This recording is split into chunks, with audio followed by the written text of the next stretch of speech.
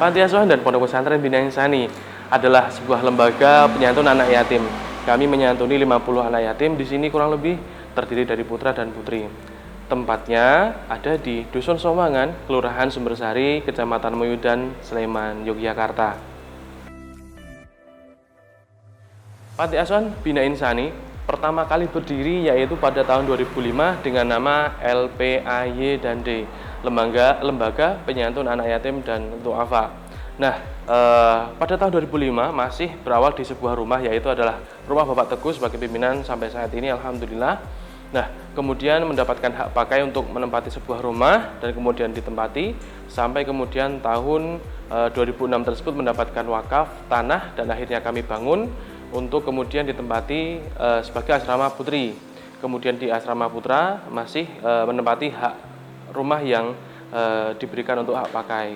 Kemudian alhamdulillah pada tahun 2017 kami sudah mulai membangun masjid ini dengan nama Masjid Babul Jannah, dan alhamdulillah sampai sekarang kami sudah mempunyai kurang lebih 5 gedung terdiri dari masjid atau Masjid Babul Jannah, kemudian asrama putra, kemudian asrama putri, kemudian gedung tahfidz, dan ada gedung baru yang baru dibangun. Nah, ini gunanya nanti untuk asrama, tambahan asrama maupun tambahan untuk berwirausaha para santri dan para asatidz yang ada di sini.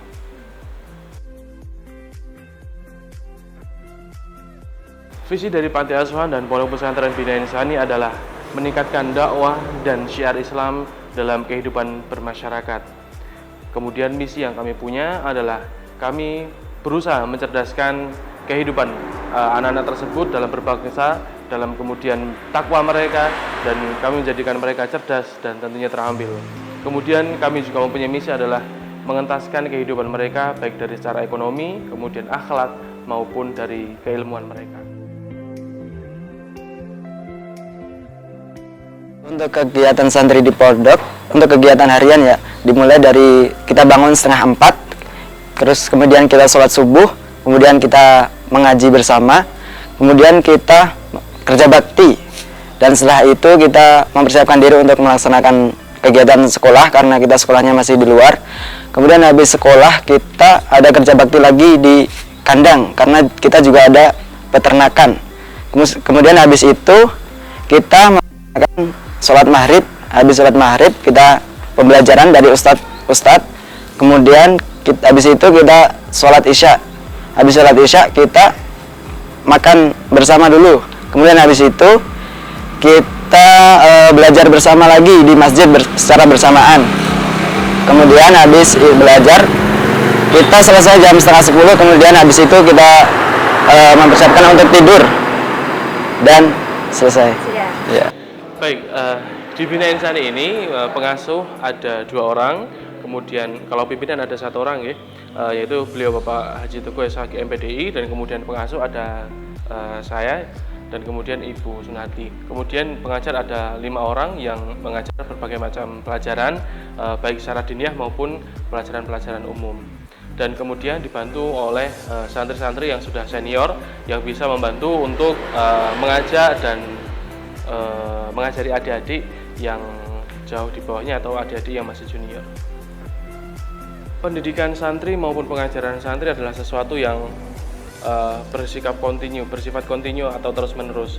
Maka dari ini kami di Bina Insani ini menerapkan sistem, sehingga sistem tersebut adalah sistem yang wajib ditaati oleh siapapun yang berada di Bina Insani ini untuk menjaga kontinuitas atau keistiqomahan program-program yang sudah disusun maupun kurikulum yang sudah dibuat sedemikian rupa sehingga anak-anak bisa hidup, bisa mengikuti peraturan-peraturan yang ada, kegiatan-kegiatan yang ada, dan itu adalah sesuatu yang sudah dibentuk di Bina Insani ini agar mereka harapannya ke depannya bisa hidup atau bisa membuka masa depan, peluang masa depan yang lebih cerah lagi, yang lebih baik lagi pun dalam kehidupan mereka bermasyarakat. Apa saja program-program yang terdapat di pondok? Program-program yang ada di pondok ini tentu saja pertama adalah program keagamaan. Kami berangkat dari ayat Al-Quran, maka yang kami terapkan juga segala sesuatu yang berhubungan dengan agama. Fungsinya apa? meneguhkan hati mereka terlebih dahulu, menguatkan hati mereka terlebih dahulu, dan kemudian kami tambah dengan pengetahuan-pengetahuan umum. Untuk apa? Mereka juga hidup di dunia ini perlu dengan pengetahuan-pengetahuan. Di samping itu kami bekali juga dengan keterampilan seperti perikanan, kemudian kami juga mempunyai sawah, kami juga mempunyai peternakan yang membuat mereka itu bisa disibukkan dengan kegiatan-kegiatan yang positif.